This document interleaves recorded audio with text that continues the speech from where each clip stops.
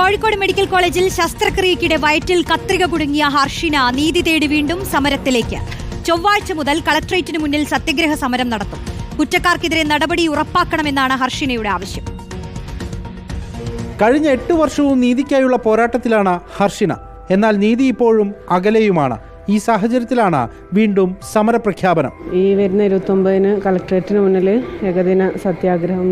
കാരണം 8 വർഷമായിട്ടും 3 വർഷമായി എടുത്തിട്ട് ഇതുവരെ നിരന്തരം സർക്കാരും ആരോഗ്യവകുപ്പും ആരോഗ്യമന്ത്രിയും മുഖ്യമന്ത്രി അടക്കവും ഹർഷിനക്കൊപ്പമാണ്. ഹർഷിനക്ക് നീതി ഉറപ്പാക്കുമെന്ന് പറയാനല്ലാതെ ഇതുവരെ ഒരു തരത്തിലുള്ള നീതി നമുക്ക് എത്തിയിട്ടില്ല. ഇത്രയും കാലമായിട്ടും പല രൂപത്തിൽ അവസാനത്തെ പ്രതീക്ഷ എന്നോണായിരുന്നു ഈ കോടതിയിൽ. ഇപ്പോൾ 1 വർഷമായി കോടതിയിൽ ഹൈക്കോടതിയിൽ പോയിട്ട് ഡോക്ടേഴ്സ് സ്റ്റേ വാങ്ങി 1 വർഷം ഇതുവരെ സ്റ്റേ മാറി കിട്ടിയിട്ടില്ല. തെറ്റ് ചെയ്തവർക്കെതിരെ തെളിവുകളെല്ലാം നിരത്തിയിട്ടും സംരക്ഷണം കിട്ടുകയാണ്. രാഷ്ട്രീയ പ്രേരിതമല്ല തന്റെ സമരമെന്നും ഹർഷിന. ഇത്രയും വലിയ നഷ്ടങ്ങൾക്ക് ഒരു പരിഹാരം ഉണ്ടായാൽ പിന്നെ നമുക്കെന്ത്, ഈ ഇത്രയും വലിയ വേദനകളിൽ എന്ത് രാഷ്ട്രീയം ആരാ കാണുന്നത്?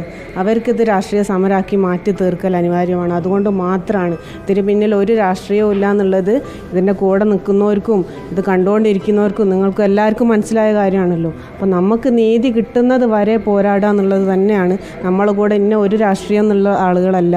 ഈ സമൂഹത്തിൽ എല്ലാവരും മനുഷ്യത്വം മരവിച്ചിട്ടില്ലാത്ത എല്ലാ മനുഷ്യരും നമ്മളെ കൂടെ ഉണ്ട്.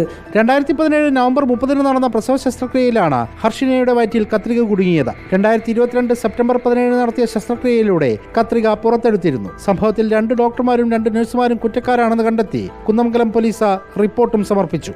104 ദിവസം നീണ്ട വിവിധ സമരങ്ങൾക്ക് പിന്നാലെയാണ് ഹർഷിന കളക്ടറേറ്റിന് മുന്നിൽ നീതി തേടി വീണ്ടും സത്യാഗ്രഹ സമരം ഇരിക്കാൻ പോകുന്നത്. റിപ്പോർട്ടർ, കോഴിക്കോട്.